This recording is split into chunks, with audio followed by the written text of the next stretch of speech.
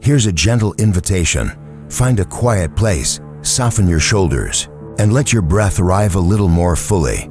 Today we'll walk together into a feeling we rarely admit, and often mismanaged jealousy, and will come out calmer, clearer, and kinder than we went in.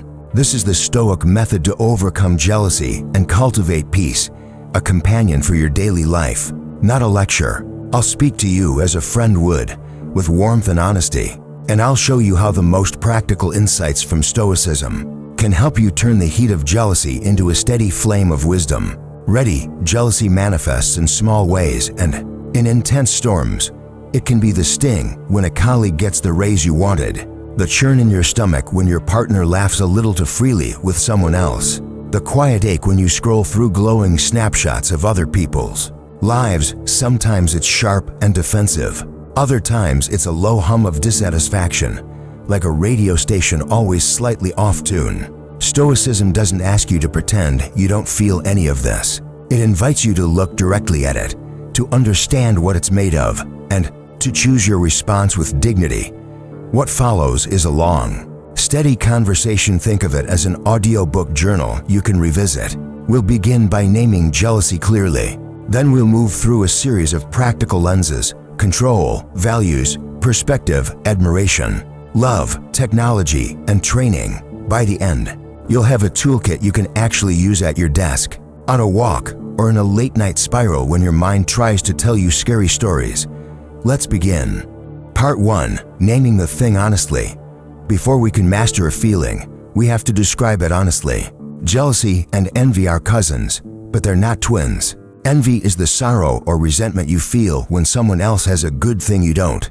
Jealousy often involves a triangle: fear of losing what you believe is yours to another person. Both come with a bodily signature: tightened jaw, quickened breath, a narrowing of attention onto the perceived threat. Have you noticed that narrowing? It's like somebody draws curtains around your vision, and suddenly the whole world shrinks to one comparison, one person, one moment you can't stop replaying. The Stoics begin with an observation. Emotions originate as impressions, quick mental images, accompanied by hidden judgments. Something appears in your mind: your partner's lingering glance, your friend's new house, your rival's promotion, and your mind instantly adds a sentence: "This is dangerous," or "This is unfair," or "I'm less valuable." Epictetus teaches us to pause right there, at the moment of impression, and delay our assent. Do I really know this is dangerous? Is it actually unfair? Does this event reduce my worth as a person? The impression arrives automatically. The judgment is optional. Try this the next time jealousy knocks. Silently say, "An impression is arising." Name it gently.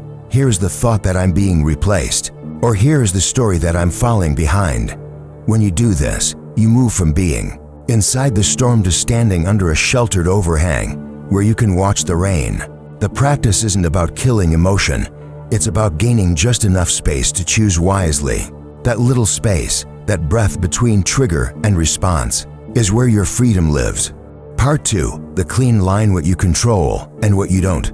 If there is a single Stoic sentence that can drain poison from jealousy, it's this: some things are up to you and some are not. Your judgments, intentions, choices, and actions, these are yours. Other people's opinions, the past, the weather, your genetics, the entire timing of the world, these are not. Jealousy thrives when we smudge that line. We grasp at what doesn't belong to us and neglect what does. We try to control someone else's attention or desire, and we ignore the one thing we can shape: our character. Think about a moment when you felt that sharp, jealous fear. Maybe your partner seemed distant. Notice how quickly the mind starts issuing commands to the universe. They should reassure me. This person should stop being attractive to them. Time should rewind to when I felt secure. None of those are within your power. What is within your power? The way you breathe through the sensation, the way you ask a clear, honest, the boundaries you set, the self-respect you demonstrate, the choice to live by your values whether or not others behave as you want. A practical exercise: draw a vertical line on a page. On the left, write what's up to you. On the right, write what's not. Be specific to the situation. If you're jealous of a friend's success, you can't control their achievements, luck, or people's reactions to them. You can control your effort, your learning plan, the quality of your sleep, the discipline of your calendar, and the generosity of your attitude. If your partner's attention feels uncertain, you cannot control their inner weather. You can control how you speak, how you listen, how you regulate your nervous system, and whether you remain aligned with your own standards of love and respect. Keep that page nearby. Read it when emotions rise. That clean line drawn again and again is a form of inner hygiene. Part 3. What actually counts as good? Jealousy feeds on a mistaken belief about value. We think the good life is built out of externals, status, attention, wealth, beauty, likes, applause. The Stoics are unapologetically radical here. Those things are preferred indifference. They can be useful. They're not the measure of a good human being. Virtue, wisdom, justice, courage, and temperance is the only true good because it is the only thing that turns a person into someone trustworthy, peaceful, and free. This isn't pious talk. It's a practical recalibration. When you judge your worth by externals, you will always be vulnerable to jealousy. Someone will always be richer, fitter, funnier, more connected. But when you judge your life by whether you're living wisely and kindly, a strange strength enters your bones. You can notice somebody else's advantage without collapsing because it doesn't touch your central purpose. Do you see how liberating that is? Try a virtue audit in a concrete situation. Your co-worker gets the promotion. Envy whispers, "I deserve that." The Stoic approach asks, "What does virtue require of me now?" Wisdom asks you to learn. Justice asks you to treat your colleague fairly. Courage asks you to keep your heart open when it wants to close. Temperance asks you to refrain from corrosive gossip. This doesn't mean you never negotiate for your worth or advocate for your growth. It means you refuse to let external outcomes dictate your inner climate. You become a steady citizen of your own soul. Part 4. The view from above. Shrinking the monster. Marcus Aurelius loved to take a cosmic elevator. He would rise in his mind above Rome, above the earth, above the turning atmosphere, until the problems that felt gigantic up close became small and well-proportioned. Jealousy hates the view from above because it thrives in cramped rooms. It needs your nose to glass with your fear. So let's step back. Close your eyes and imagine a camera pulling away from your scene of jealousy. First, see yourself in the room, the text on your phone, the social media feed. Now zoom out to the building, the street, the city, all the lights and lives. Zoom out to the country, the curved line of the earth, the quiet of space. Notice how many millions of dramas are unfolding. How many people are laughing, grieving, dancing, worrying, being born, growing old. Keep going. Moon, planets, the sun's patient fire, the river of stars in our galaxy. Galaxies beyond number. Hold your problem gently in this vastness. Ask yourself, what actually matters here? Not in a way that dismisses your feeling, but in a way that puts it in a fair frame. Now return, slowly, to your life. If you had the view of 1,000 years, what choice would you want to have made today? If you had the memory of your deathbed perspective, which is simply to say, if you remembered that you are mortal and time is precious, how would you speak, act, and think right now? Jealousy wants to win a small game. Wisdom wants to live a beautiful life. And a beautiful life is measured by the quality of the soul, not by victories over imaginary rivals. Part 5. From comparison to admiration. Let excellence teach you. What if the excellence that used to threaten you became your teacher? What if your jealousy became a signal not that you're behind or unworthy but that something in you wants to grow? There's a move here, subtle but powerful. Transform comparison into curriculum. When someone else's strength bothers you, ask, what exactly am I seeing? What is the skill? What is the habit? What is the pattern? Break it down like a craftsperson.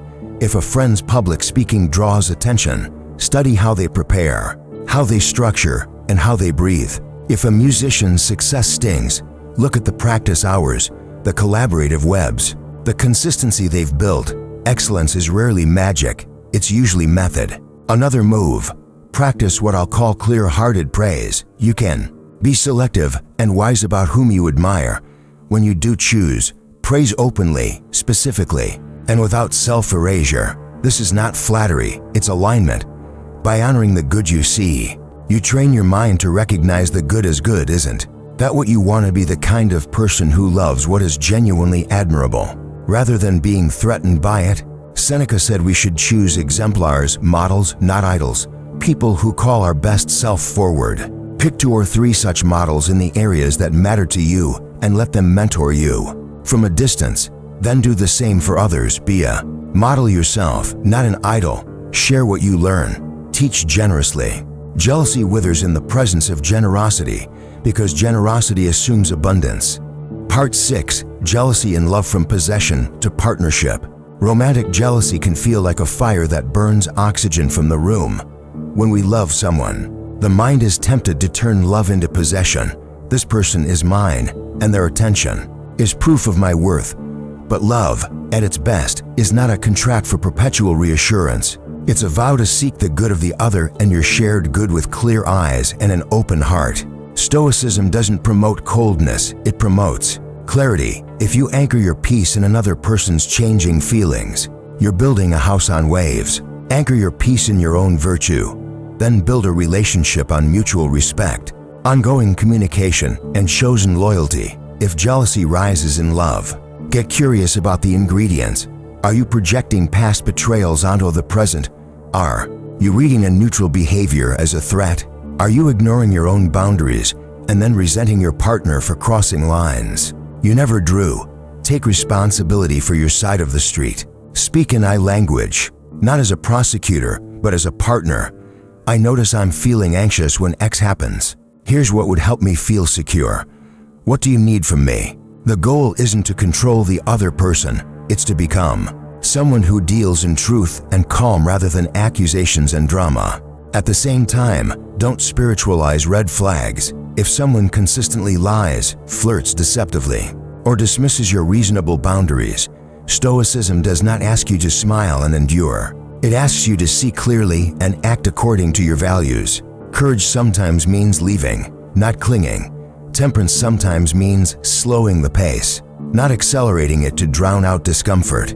Justice means telling the truth about what is happening. Wisdom is knowing which of those is called for. A practice for couples: schedule regular check-ins where jealousy can be discussed without defensiveness. Decide together how you'll handle ambiguous situations: a late message, new friendships, time with exes so you're not improvising in a panic. Agree on signals that say, I'm feeling wobbly.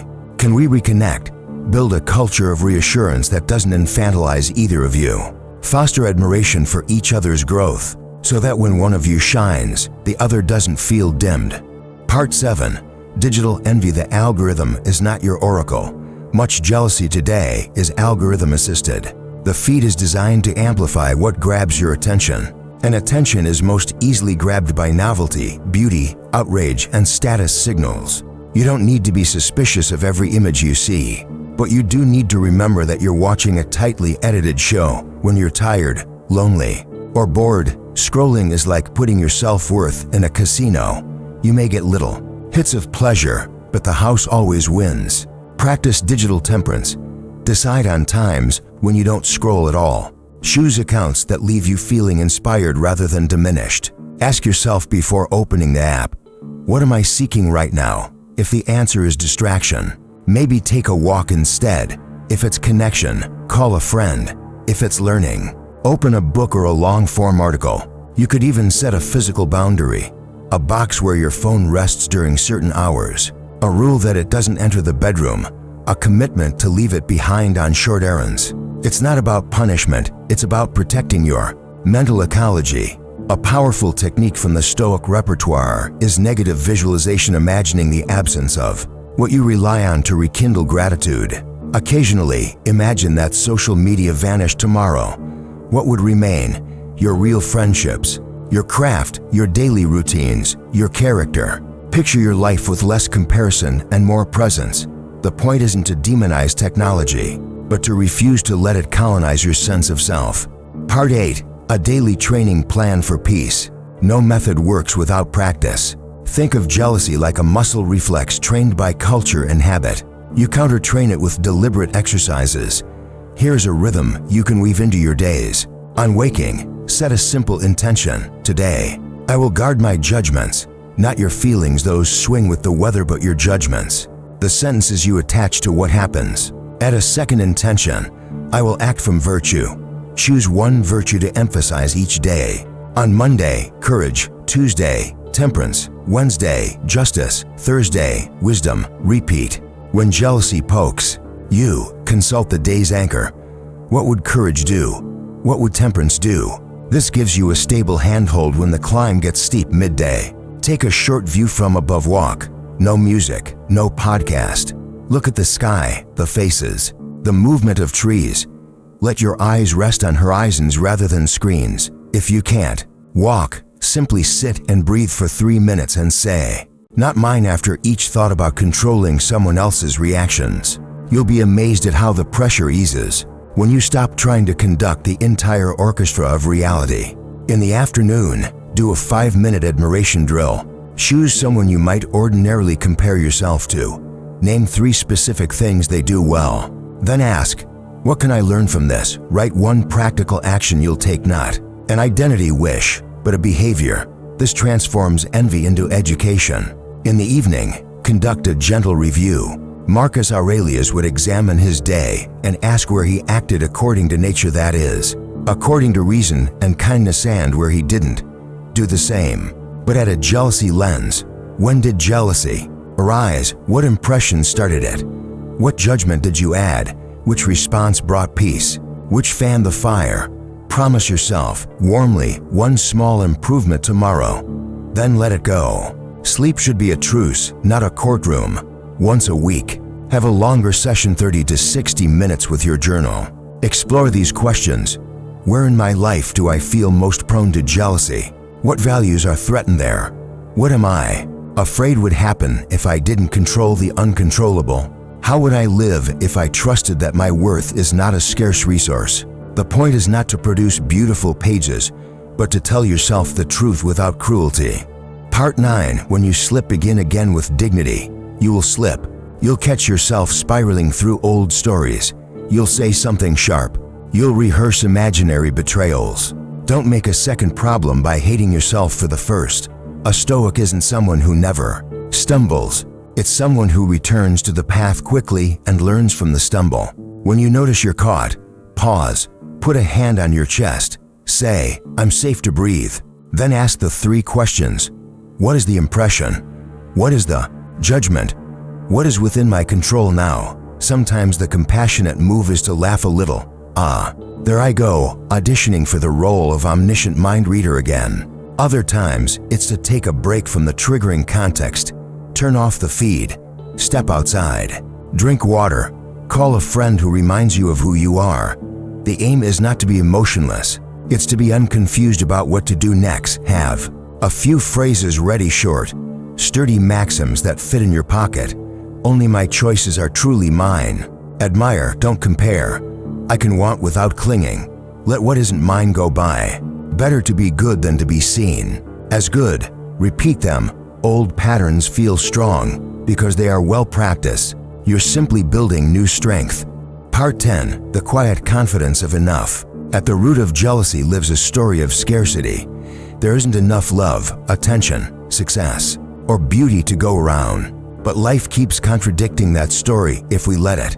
Love expands when shared wisely. Attention deepens when focused. Success, rightly understood, is living in harmony with your values and making a contribution only you can make. Beauty is not a ranking, it's a way of noticing. Cultivating a sense of enough doesn't mean complacency. It means you grow from sufficiency, not from panic. It means you can celebrate other people's harvests without thinking your soil is barren. It means you can do hard things, train, study, risk without turning the outcome into a verdict on your right to exist. Try a small prayer to your future self. May I be the kind of person who cheers for the good wherever I see it, who works steadily on what I can influence, who loves without clutching, and who rests because resting is human. If prayer isn't your style, call it a pledge. Whisper it into your days until it feels like your own voice. Part 11. A story to carry. Let me tell you a story not about a philosopher, but about a friend I'll call Anna. Anna was a designer who envied another designer at her company. She'd go to this person's social media and feel a mix of awe and bitterness. One day, during a lunch break, Anna opened a blank page and drew the Stoic line, "Up to me, not up to me," on the right. She wrote their talent, their past, their network, their timing, other people's tastes. On the left, she wrote, "My practice hours, my mentors, my portfolio curation, my sleep, my willingness to ask for feedback, my courage to share work in progress." Then she did something daring. She messaged the designer she envied and asked if she could buy them coffee and learn about their process. They said yes. She came with questions, not comparisons. She left with a list of concrete habits. 6 months later, she was still not more successful by public standards, but her evenings were calmer, her work was cleaner, and oddly, she found herself genuinely admiring her colleague. Jealousy had turned into fuel for growth. And then, as it often does, life surprised her. An opportunity came from a place she hadn't been watching. She was ready not because jealousy drove her, but because peace did. Part 12, the courage to be ordinary, the courage to be great. Some days the bravest thing is to be ordinary, to cook dinner, answer emails kindly, hug your child without thinking about how it looks on camera, study a page, practice a scale, show up for a friend, and go to bed. Other days, the bravest thing is to be great, to ship the project, give the speech, risk the rejection, ask the question, tell the truth. Jealousy confuses the two. It tells you that greatness is the only thing worth doing, and then it paralyzes you. Or it tells you that ordinary goodness is all you can manage and makes you smaller than you are. The Stoic method returns you to choice. What does this day ask of you, ordinary faithfulness or extraordinary daring? Either way, the measure is the same. Are you acting from wisdom, justice, courage, and temperance? Are you guarding your judgments? Are you refusing to try to control what isn't yours? Are you practicing admiration instead of comparison? Are you remembering the view from above? Part 13, a guided practice you can use anywhere. If you're listening on a walk, slow your pace. If you're sitting, plant your feet. We'll do a short guided practice you can memorize. First, breathe in for a count of 4. Hold for 2. Breathe out for 6. Do that 3 times at your own tempo. Feel your shoulders soften by 3%. No more, no less. Now name the feeling. Jealousy is here. Name the thought. The thought is, I'm being replaced, or the thought is, I'm falling behind. Good, those are clouds, not the sky. Now draw the line in your mind. On one side, what's up to me? On the other hand, what's not?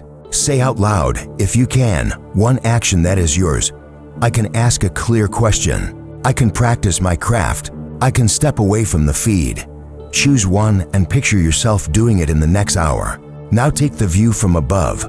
See your city, your country, the earth, the stars. Let your problem shrink to its real size without disappearing. Return with gentleness. Whisper a maxim that fits. Only my choices are mine. Admire, don't compare. Let what isn't mine go by. Finally, imagine someone you love receiving all the attention you think you need to be okay, and bless them. May you flourish. That blessing is a door out of the locked room. Part 14, what you might notice after a while. After some weeks of practicing, jealousy may still visit, but it won't move in. You might notice you recover faster. You'll catch yourself at the impression stage and feel oddly proud that you remembered to pause. You may find silence more inviting than doom scrolling. You'll admire more freely.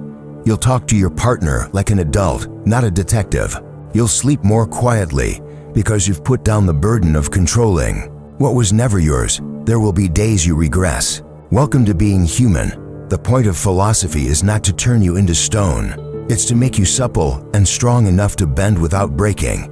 When you stumble, you'll know what to do. Name the impression, guard the judgment, act from virtue, zoom out, begin again.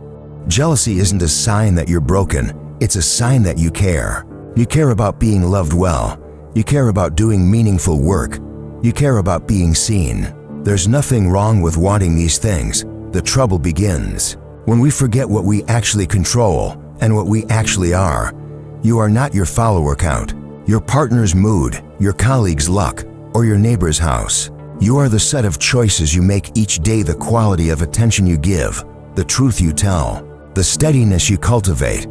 The Stoic method is elegant because it's simple and repeatable. Name the impression, guard the judgment, draw the line of control, act from virtue, take the view from above, turn comparison into admiration, love without clinging, practice daily, begin again. When you forget, do this, and the heavy weather will pass more quickly. The room will feel bigger. You will feel less like a beggar waiting for life to validate you, and more like a citizen participating in a meaningful order. If no one has told you this lately, your worth is not on trial. Peace isn't a prize for the perfect or the popular. It's the byproduct of living in alignment with what is true. As you practice, you'll find that jealousy loses its bite, not because you bully yourself into numbness, but because you've learned to feed your mind on better food, clarity, agency, goodwill, perspective. You will still notice excellence, beauty, and success around you, but instead of shrinking, you'll expand to meet them with gratitude, curiosity, and a quiet confidence that there is room for you too. So, as we end, take one more slow breath. Consider where jealousy has been loudest lately. Choose one small action within your control that you'll take today. Send the message you've been avoiding. Close the tab that makes you feel small. Schedule the practice time. Speak the honest sentence. Praise someone's gift.